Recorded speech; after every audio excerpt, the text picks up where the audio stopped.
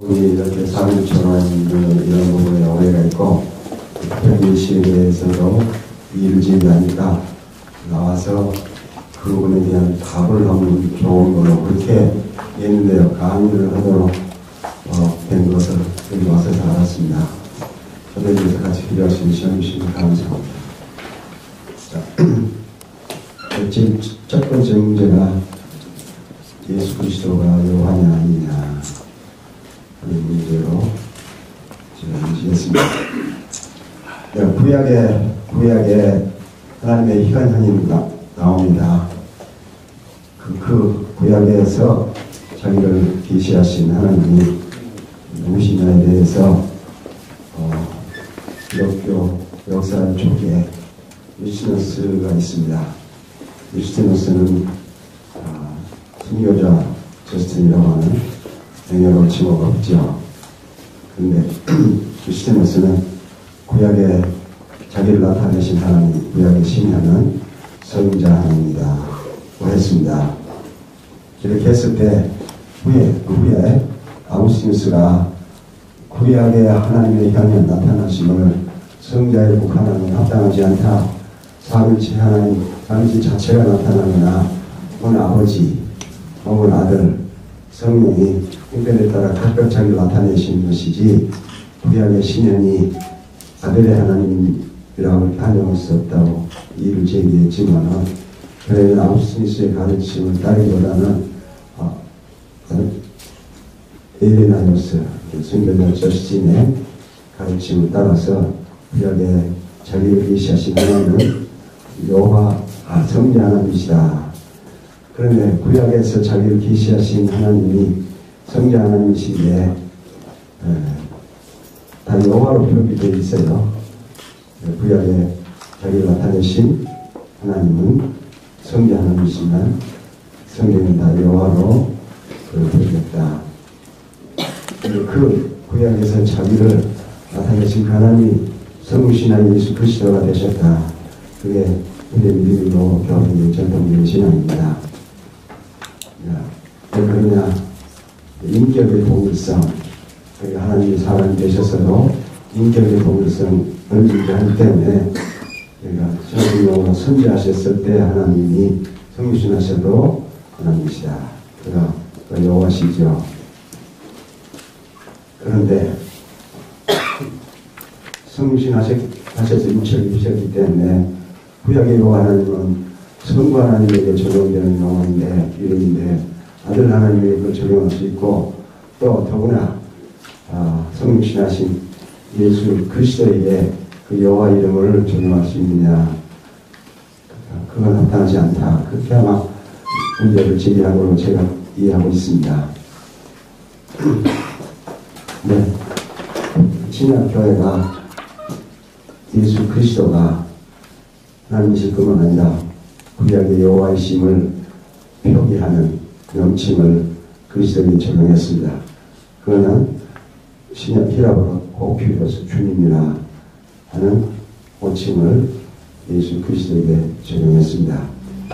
그 큐리오스는 주전 275년 70인 히브리어 성경을 히라보로 번역할 때 그게 72인의 번역자가 각 지파에서 6명씩이 72인이 번역을 했다고 해서 70인이라고 하죠.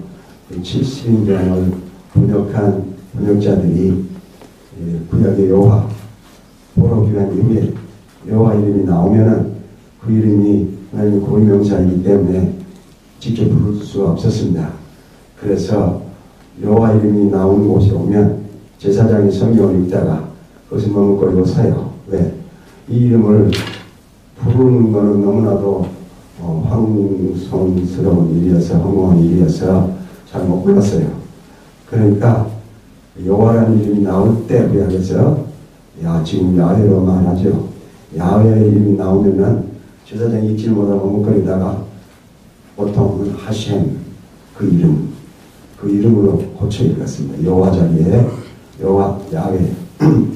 우리는 여호와로 번역해가지고 여호와 이거니까 요새 야훼 또 독일어판을 들어가니 크게 하는데 야훼하고 그냥 여호와로 하는 게 더 합당하겠습니다. 그러니까 여호와 이름이 나오면은 제사장이 그걸 읽다가 읽지 못하고 묵거리다가 하셴 그 이름이라고 읽거나 또 아도나이로 읽었습니다. 아도나이는 주님이에요. 근데 번역자들이 히라보로 성경을 번역하면서 여호와도 큐리오스로 아도나이도 큐리오스로 번역을 했습니다. 그래서 여호와 이름이 이해되지 않아가지고 이게 히브리어로만 쓰였을 때는 구약의 여호와 하나님에 대한 이해를 할 수가 없었어요. 그런데 275년 이 성경을 처음으로 히브리어에서 히라보로 번역함으로 보편적인 성경 종교가 될 수 있게 됐습니다. 여호와를 큐리오스로 번역함으로 그 이후에 나온 모든 성경과 근세 모든 서양 번역들도 여호와 자리에 전부 다 로드로 큐리오스로 번역을 했습니다. 근데 우리말 성경만 어떻게 해서 그렇게 했는지는 제가 잘 모르지만 역사적인 배경은 구약의 여호와로 나온 자리는 전부 다 여호와로 번역을 했습니다. 그리고 그 여호와는 성부 하나님에게 적용되는 이름으로 이해하게 됐어요.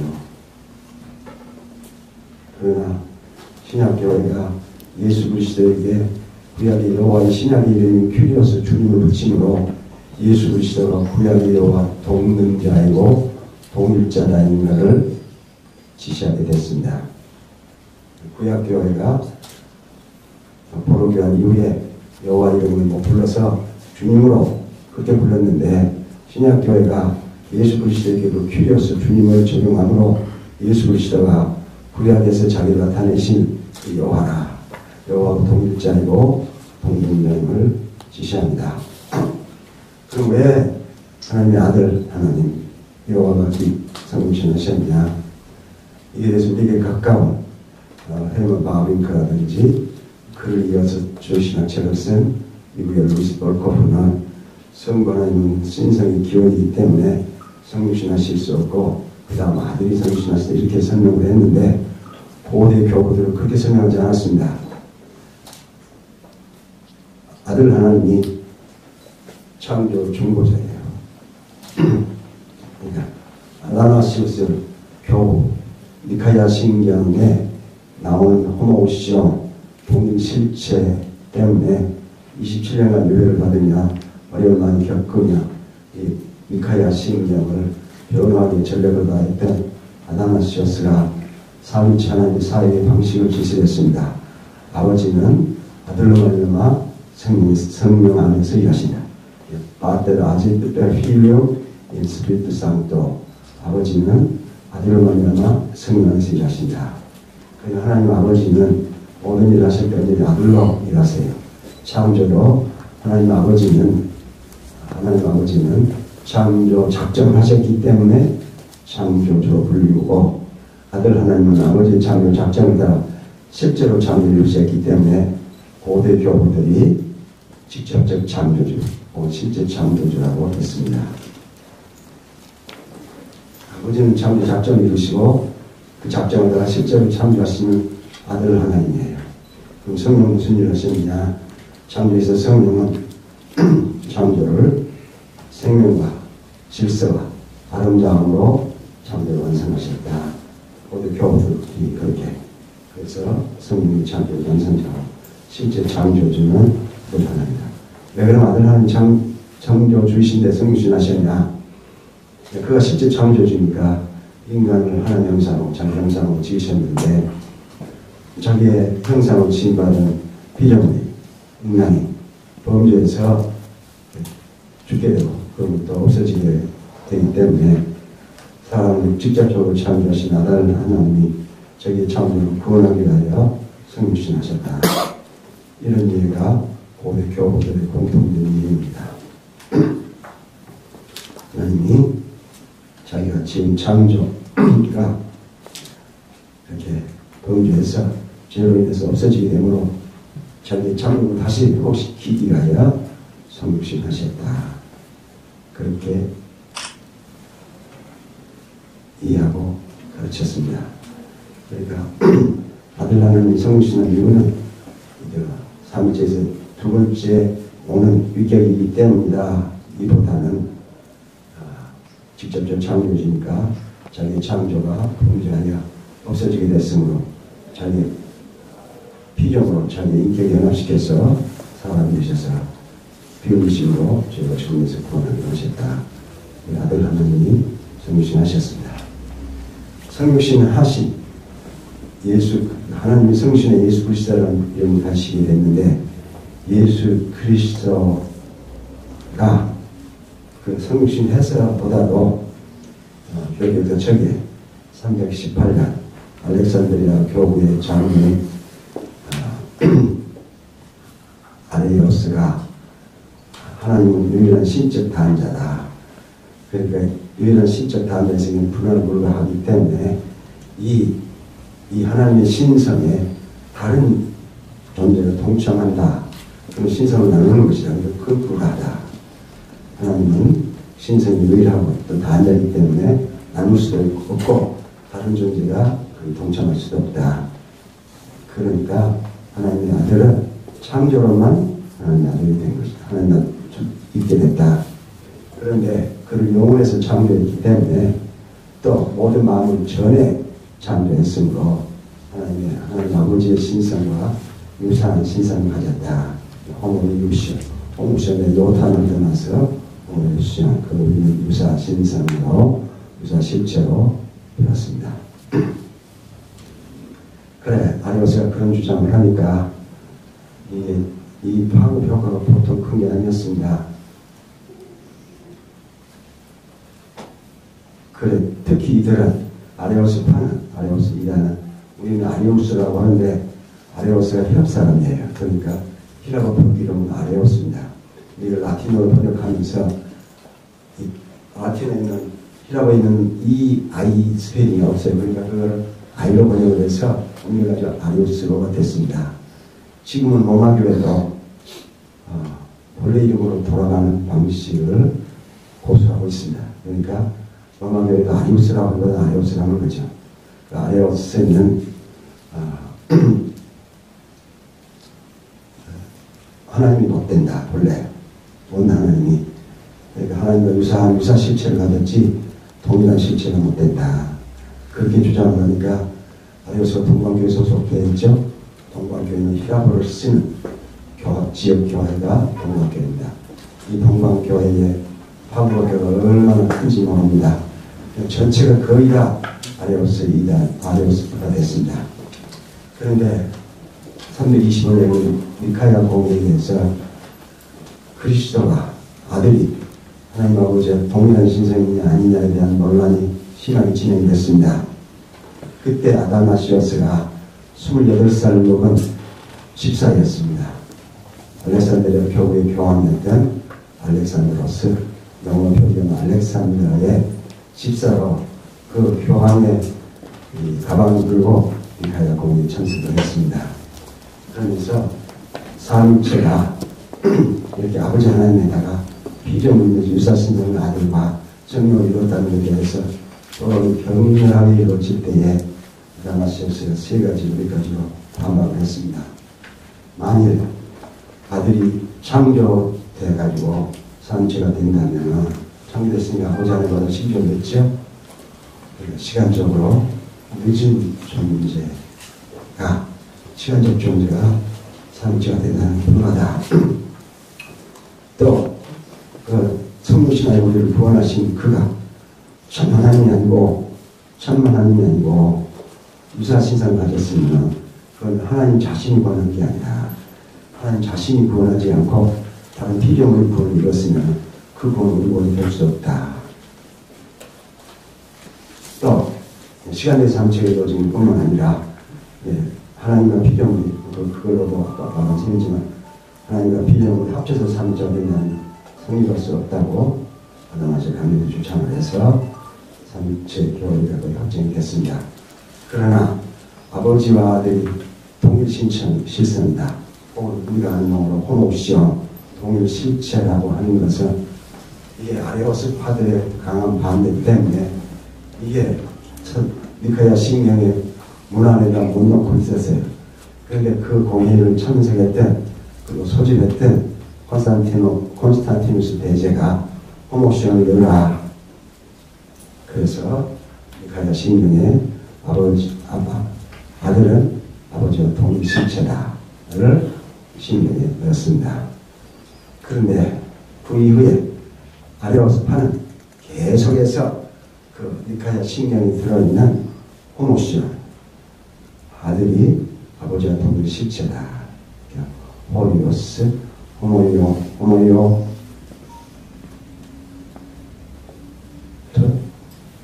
그 정관사가 어떻게 썼는지 선생님 토아트리, 아버지와 동일신성이라 하는 그 호모시온을 빼려고 그렇게 노력을 많이 했습니다. 그때 황제가 콘스탄티누스 대제의 실제를 콘스탄티우스였습니다. 콘스탄티우스가 황제가 되는 데는 아버지가 유언장을 써서 콘스탄티우스를 통로마 제국의 황제로 임명하도록 하는 일에 그 문건을 전달하는 일을 아레오스파가 했어요. 아레오스파 소속된 신부가 그 아레오스를 그 파를 좋아하고 그 파의 주장을 실현하기 위해서 콘스탄티우스는 전력을 다했습니다. 그 공회를 한번 열었어요. 여러 차례 열었습니다. 그렇게 할 때마다 같이 참석했던 정통파가 황제폐하 그 호모시온은 황제의 부친 황제가 넣은 것입니다. 그렇게 뺄 수 없습니다. 끝내는 못했어요.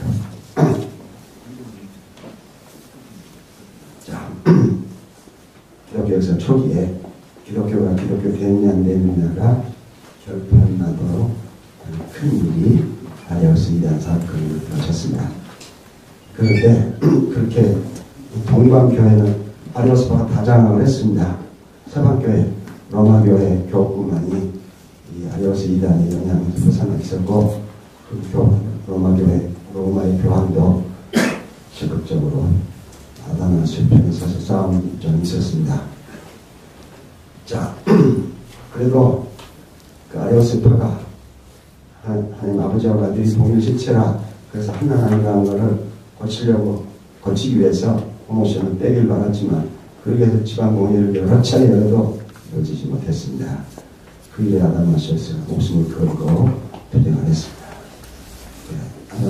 아다나시오스가 미카야 공회에서 3일치 교리를 공식한 결정력 일을 했을 뿐만 아니라 그 이후에 아레오스파가 미카야 신앙을 판결을 쓸 때 목숨을 걸고 투쟁을 해서 지켰습니다.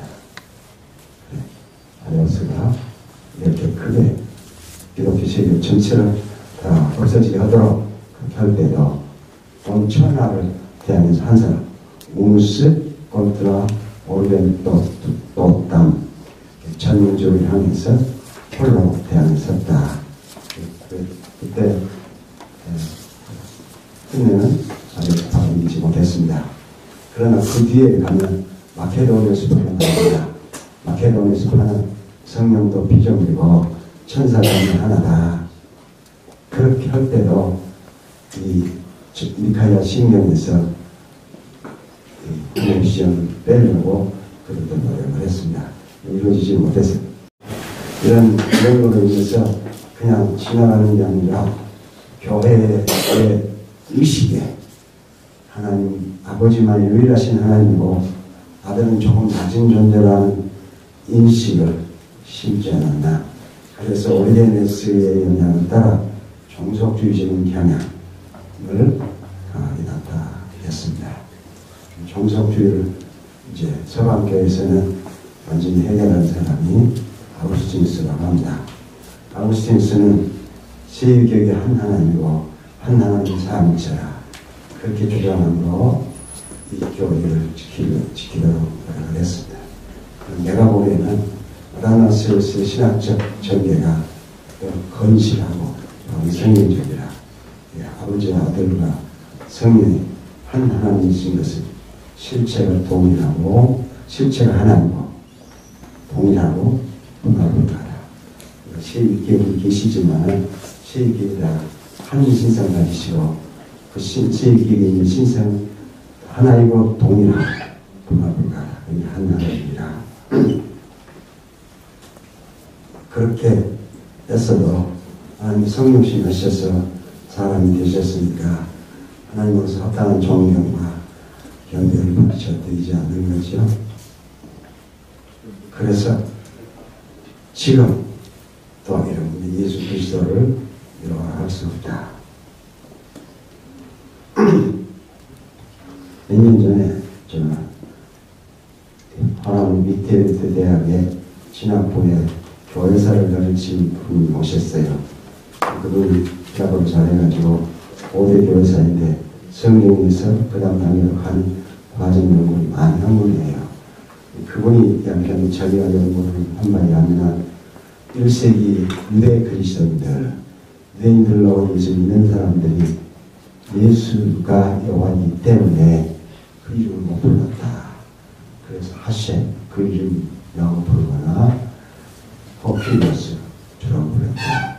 근데 이분의 말, 그 이야기하는 거 보니까 하셈 그 이름이라는 말을 더 썼다. 그렇게 말하더라. 그러니까 구약의 율법의 전통에서 여호와 하나님, 아버지 하나님만을 여호와로 여겼던 그런 전통에서 나온 1세기 유대 그리스도인들도 예수 그리스도가 구약의 자기 현현하신 성자 하나님이고 그가 여호와시라. 구약의 현현하신 하나님 완전히 여호와로 자기를 나타내셨어요. 그래서 그때는 성육신 전의 상태죠. 그러니까 성육신 전에 여호와로 현현하신 그 하나님 동일한 인격이 동일성 가지고 성육신 하셨습니다. 그러니까 우리가 옷을 입은 것을 입었다고 그렇게 이야기하는데 그건 바른 표현이 못되고 하나님이 성육신할 때 한 인상을 자기 인격 연합시키셨다. 인격 연합시키셨다. 그래서 인격은 하나님으로서 한 인격이고 그 인성과 신성을 가지신다. 한 인격의 두 본성을 그래도 한 인격이라. 히랍 동방교회에서는 하나님이 성육신 하셔서 성육신 하심으로 신성, 인성에 완전히 들어오셨다. 성육신 하셨는데도 인성과 신성이 따로 있다면 이게 바른 성육신을 이해할 수 없다. 그리고 두 본성이 각각 자기의 특성을 유지한다면 그리고 정통 교리에 의하면 각 본성은 자기 원리대로 행동하죠. 그렇게 이해를 하면 이게 두 인격이 되어야 맞다. 그러니까 우리는 인간 본성, 뭔가 영혼을 가졌으면 한 인격을 이루고 있죠. 그런 것처럼 하나님으로서 신상, 하나님의 신상과 인간으로서 인상을 각각 그대로 유지한다면 두 인격이 되어야 된다. 그러니까 그거는 불가하다.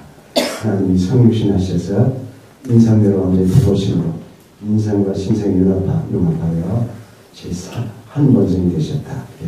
육이 된 한 본성, 육신이 된 한 본성 그렇게 이해를 했습니다. 그런데 교회에서 각계동 공회에서 이 그리스도의 인격이 하나냐 둘이냐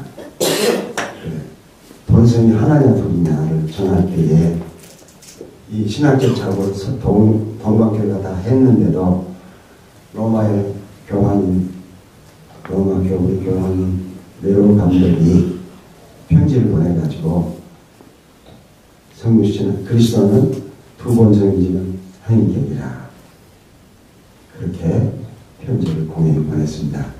그러니까 공회가 두 본성의 한 인격이라 인격은 하나님의 하나님으로서 인격이고 신인성은 인격을 갖지 않는다. 특히 그 네스토리오스가 그리스도는 하나님이 성육신 하실 때 한 개인을 취하셔가지고 그 안에 계셨다. 그러니까 인격이 인성 인격이 있고 신성 인격이다. 두 인격이다. 그런데 어떻게 한 인격으로 나타나냐? 신적 인격에 인간 인격이 종속을 해서 이렇게 나타난다. 그렇게 주장을 했습니다. 네스토리오스가 안디옥 교구의 교부자, 그때 말로 교황이죠. 그러니까 이게 아주 온 교회가 특히 로마 교회에서 심한 극렬하게 반대를 했습니다.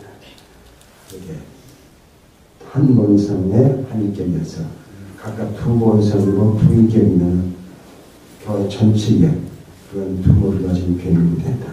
전적으로 불가야.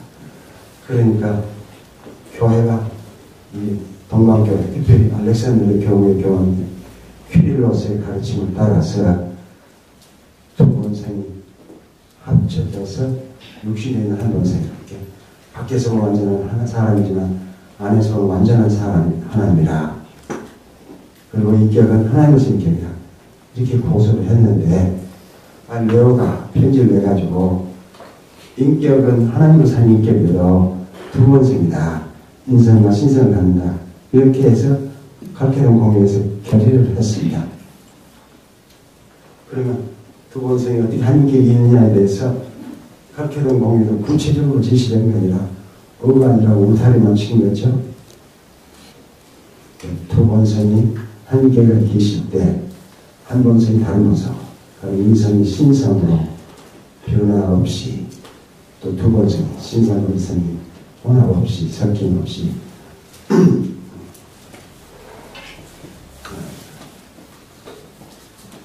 그런 의미입니까? 감사합니다. 어떻게 또 아시아를 못했다? 그냥 좀 식었어요, 그래도.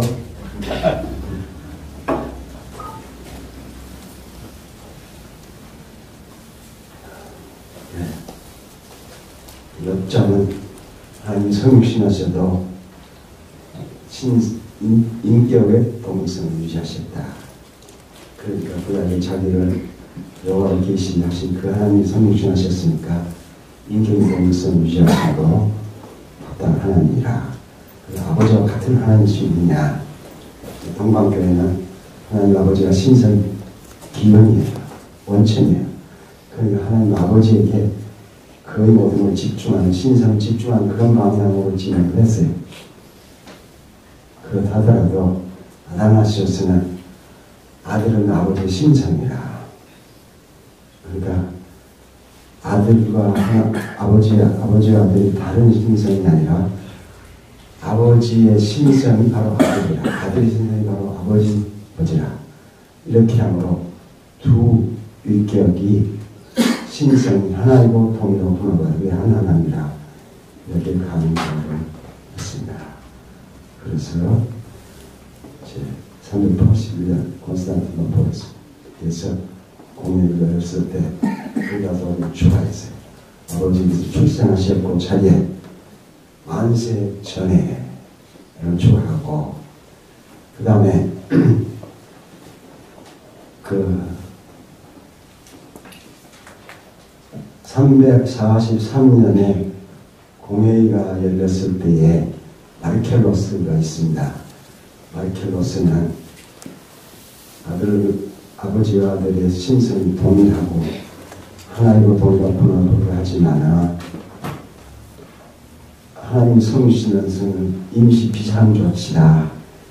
그러니까 죄 때문에 이런 일이 생겼으므로 그건 완성되면 인성이 성육신으로 입은 인성이 소실되고 원래 하나님으로 돌아간다.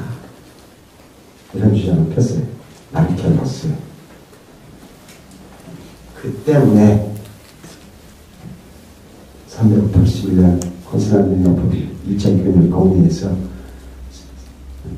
3조 3조적 성명적으로 확정을 때 2조에다가 했습니다.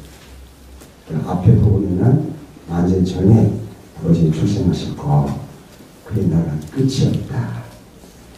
그리스도가 그걸 다 이루고 성취하면 그 인생이 없어 무로 돌아가는 그런 일은 하지 않고 하나님 성육신하셔서 신성을 의존하시고 영구히 존재하시면 확정하겠습니다.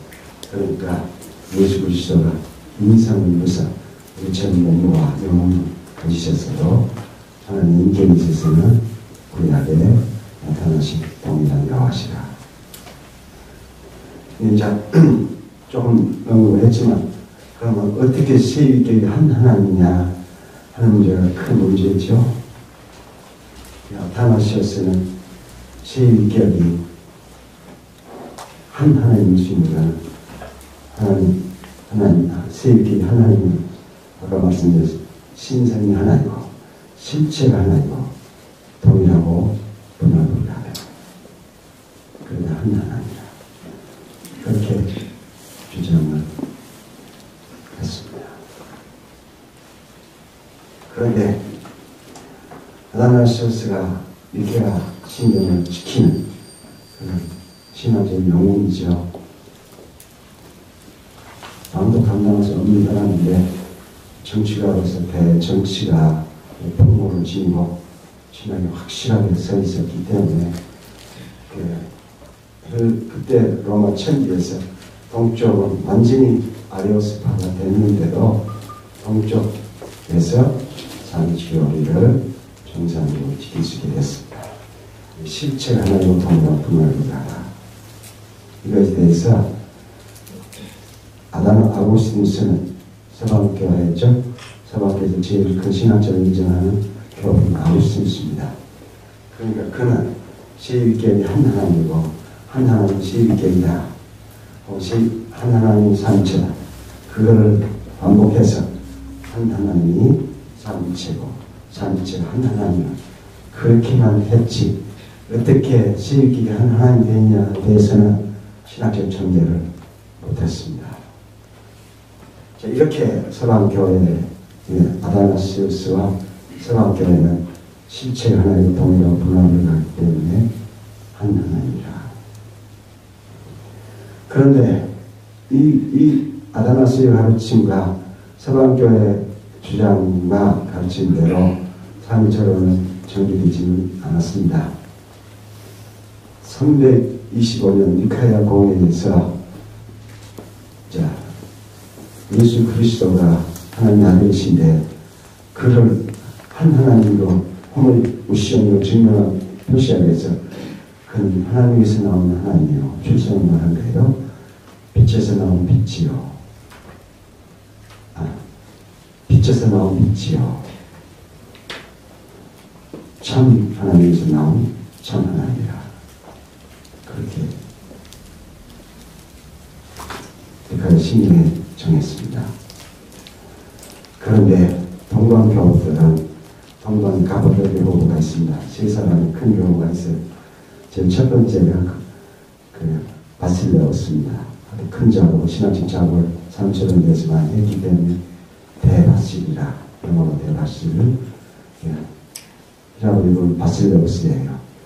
그리고 그 친구 진짜 친구인 나지안주스 그레고리오스가 있습니다. 나지안주스 그레고리오스는 삼위체 교리를 3조에서 공식 함께 콘스탄티노플리스 공회에서 380년을 확정했을 때 그 회의에 의장 노릇을 했습니다. 그러면서 자기 신앙에 따라 성령적으로 확정을 지었습니다. 그런 작업과 함께 또 그리스도의 신성을 하나님 지키기 위해서 투쟁을 많이 해서 그 때문에 교회가 신학자로 지목을 했습니다. 그러니까 2000년 교회사에서 신학자로 지목받은 사람은 나지안스 그레고리오스 한 사람이에요. 그리고 니사의 세 번째로 니사의 그레고리오스입니다. 니사의 그레고리오스는 바실레오스의 친동생이에요. 그 가문에서 4명의 주교가 나왔습니다. 제일 큰 첫째 베드로스 주교, 바실레오스, 또 니사의 그레고리오스, 또 이렇게 있고 또 그 누이도 수녀로서 큰 일을 했습니다. 니사의 그레고리오스는 바실레오스의 동생이지만 또 진짜예요. 동방 교부들은 가파도 교부들을 뜻하는 동방 하나님 삼위체를 할 때에 세 계획이 입격해서 출발했습니다. 아타나시우스는 세 계획이 한 실체로 동일 실체로 불가능하다. 여기서 실체 동일성이 시작했는데 가파도 교부들은 그렇게 하지 않고 세 계획이 각각 독립되어 있는 구분되는 존재다. 바실레처럼 그렇게 지시를 했어요. 그러면 정통 교우들이 그걸 그만 바꾸고 있겠습니다. 그건 상실론이다. 그건 도저히 불가하다. 그러니까 바실레우스가 자기 신학도 지키고 전지교리도 확정을 해야 되니까 세일교역이 분리되어 있는 개별 율법이지만 독립된 율법이지만 그 세일교역에 한 공통 신성이 있다. 그리고 나도 한 공통신, 한 하나님, 한 신성을 믿는다. 그렇게 하므로 위를 벗어났어요. 그래도 가파도의 교우들의 삶지론에 있어서 삼신론에 대한 비난과 반박이 끊이질 않았습니다. 나자누스 그레고리오스가 그 삼체론 공식화하는 데 나오는 그 삼체 교리의 사업을 성령 주을 때 그분의 신학으로 좀 더 정했어요. 그런 교부가 세계별 일격이다, 독립된 세계이다, 독립된 개별 일격이다. 그 어떻게 하나님이냐를 할 때 교제가 불가하다. 세계 간의 교제가 불가하고 영원하다. 그러니까 하나님이다. 그래도 실체가 하나이고 동일하고 불가하기 때문에 하나님이라는 데는 못 미치니까 정통교회에서 계속 공격을 하는 거죠. 그러니까 그레고리오스가 새로운 신학을 제시했습니다. 시위기역이 각각 다른 위격 안에 있고 함께 있고 다른 위격이 관통이 있다. 그러니까 하나님이라. 근데 시교부들이 사실은 정설하지 않았지만 컨스탄티노플 공회 때 교리를 결정하는 일을 했으므로 결국 피리코레스가 정당한 신앙으로 교회에 들어왔습니다. 그런데 그럼 아버지가 신생을 지면 아들과 성이 어떻게 하나님을 일깨우고 계시냐는 문제가 생기죠. 하나님 존재 방식의 문제죠. 그럴 때 아들은 아버지에 대해서 출생하셨다. 영원한 출생이다. 출생이 뭐냐에 대해서는 아무도 답을 못했어요. 뭘 뜻하느냐. 아까 말한 나자누스 그레고리오스가 인간처럼 정욕으로 이루어진 출생이 아니다. 그리고 출생은 낳은 자와 낳아진 자, 출산자와 출생된 자밖에 모른다. 그 신비는. 그렇게만 말하므로 더 이상 출생의 신비가 무엇인지를 탐구하지 못하도록 됐습니다. 성령은 어떻게 존재하게 됐냐. 380년 콘스탄티노플 공회에서 성령은 아버지가 나오시고 시간이 넘었습니까? 어쩔까요? 여기 끝날까요? 조금만 더 하죠. 조금만 더. 요것만 설명하겠습니다. 이 목사님 일들이 나오셔가지고 빨리 끝내도록 했는데 안 끝내니까 나오셨어요.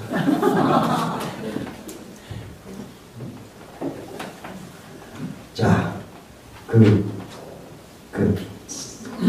콘스탄티노폴리스 공회에서 성령을 주시어 살리시는 자시오. 아버지께서 출례하셨고 그렇게 했어요. 출례가 무엇이냐는 아무 말도 못했습니다. 왜 그러냐? 아까 말한 나자누스 그레고리오스가 성령의 출례가 삼위일체 신비다. 그래 더 이상 못 들어가는 거예요. 그렇지만 2000년 동안 성령의 출례가 무엇인지에 대해서 해명을 못했습니다. 근데 제가 작년에 경신한 책을 출판했는데 거기서 출생을 하나님의 자기 객관화, 하나님의 자기 객관화하신 방식이 있는데 그 객관화는 하늘격을 이룬다. 출생이다. 출례는 하나님의 원하는 신성이 현실된 것이에요. 현실된 것이에요. 하나님의 신성, 성령의 충만을 표현했죠. 원하는 신성은 충만의 현시가 성령의 출례라. 충만의 현시니까 하나님 편지가 설명하는 거죠. 제가 그렇게 설명을 했습니다. 아마 내가 좀 여람되게 한다면 내가 교부시대에 그렇게 잘 썼다면 분명히 내 가르침이 교리가 됐을 것입니다. 혹시 종료 계획자들 때만 또 내가 그렇게 했어도 교리적인 지위를 있었더니 21세기 와서 그런 말을 하니까 한글을 써가지고 우리는 문화적 사대주의가 나눠서 한글은 별 재미가 없죠? 네. 성령의 출례는 서방교회는 그렇게 동방교회가 성령은 아버지에게서 출례하셨고로 청하니까 서방교회는 단번에 반발했습니다. 381년 데오도시우스 황제가 콘스탄티노플에서 공회를 소집했을 때는 동방교회 주교들만 청했어요. 150명의 주교들이 이루어진 공회라고 말합니다. 서방교회 주교는 청하지 않았어요. 그러니까 로마교회는 장로들로 대표하는 사제단 옵서버만 보냈습니다. 그러니까 그런 정도 수준에서 무슨 발언을 하겠습니까?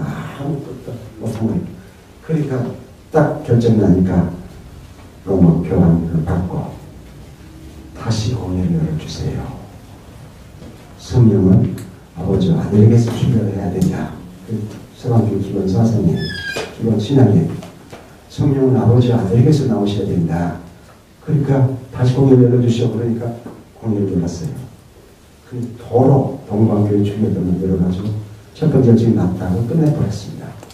그러니까 동방교회가 한 일회용 한 수만 명, 서방교회가 382년 후에 로마에서 공회를 열어가지고 필요없게 성령 아버지에게서만 나오신 아들에게서 나오신다. 그걸 추가하되 가만히 넣어가지고 하기로 했습니다. 400년에 톨레도에서 스페인의 톨레도 다시 공회를 열었을 때 필요없게가 정당하다고 확인을 했습니다. 589년 톨레도에서 또 공회를 열었을 때도 필요없게가 정당하다.